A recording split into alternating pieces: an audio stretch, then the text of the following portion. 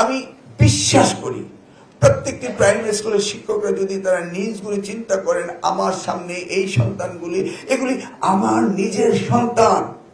এর একজন doctor, engineer, সাহিত্যিক, লেখক, সায়েন্টিস্ট, অ্যাস্ট্রোনট, পাইলট, কত কি হতে পারে। এবং এটা আমার সন্তান। যেমন আমি স্বপ্ন দেখি আমার সন্তানকে, ঠিক তেমনি ভাবে আপনি যখন আপনার ক্লাসরুমে দেখবেন ওই ছোট্ট বাচ্চাগুলিকে যদি আপনার সন্তান হিসেবে স্বপ্ন দেখেন, তাহলে নিশ্চয়ই একটি বাচ্চাও ঝরে পড়তে পারে না। যেই মাদ্রাসায় আপনাকে বেতন দেওয়া হলো, গভর্নমেন্টের এমপি অনুযায়ী পয়সা দেওয়া হলো, একজন ছাত্র পাস করলো না, তাহলে ওই মাদ্রাসায় এই পয়সাটা হালাল ছিল না হারাম ছিল? আমরা হালাল হারাম বলতে শুধু জবাই করা মাংস আর শুয়োরের মাংসই মনে করি। ছিল মাদ্রাসা সুপারিনটেন্ডেন্ট ছিল এবং সরকারি প্রতিনিধিরা ছিল।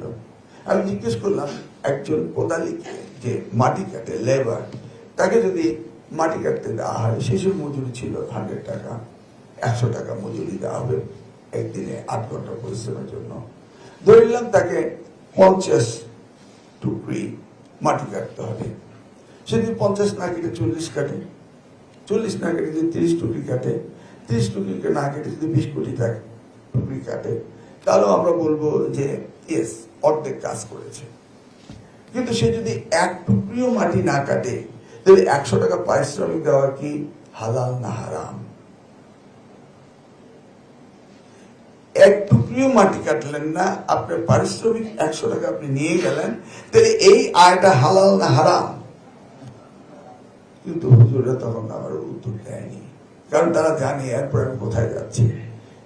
আপনাকে বেতন দেওয়া হলো, গভর্নমেন্টের এমপি অনুযায়ী পয়সা দেওয়া হলো, একজন ছাত্র পাস করলো না, তাহলে ওই মাদ্রাসায় এই পয়সাটা হালাল ছিল না হারাম ছিল? আমরা হালাল হারাম বলতে শুধু জবাই করা মাংস আর শুয়োরের মাংসই মনে করি? হতে পারে না। আবার আমরা মুখরুর কথা বলি, এটা খেতে পারি, ওটা খেতে পারি না, খাওয়ার সময় সেটা হচ্ছে, কিন্তু অন্য জায়গায় আমরা সে চিন্তা করছি না।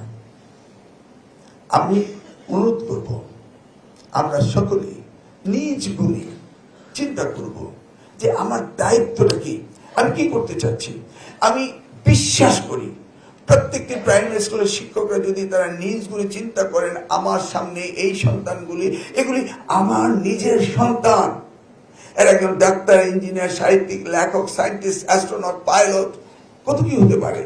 এবং এটা আমার সন্তান। যেমন আমি স্বপ্ন দেখি আমার সন্তানকে, ঠিক তেমনি ভাবে আপনি যখন আপনার ক্লাসরুমে দেখবেন ওই ছোট্ট বাচ্চাগুলিকে যদি আপনার সন্তান হিসেবে স্বপ্ন দেখেন, তাহলে নিশ্চয়ই একটি বাচ্চাও ঝরে পড়তে পারে না।